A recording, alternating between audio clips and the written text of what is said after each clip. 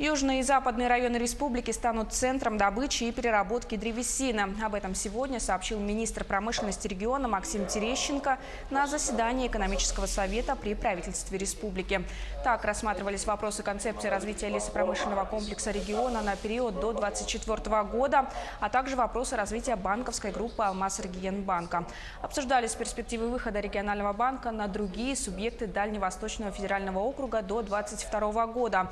А что касается вопроса развития лесопромышленного комплекса, то основной акцент будет сделан на лесопереработку, изготовление древесины и строительство деревянных домов.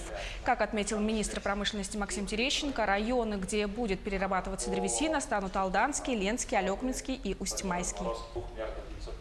Мы делаем акцент на 4 основных районах, где содержится порядка 47% леса основного, предназначенного для лесозаготовки.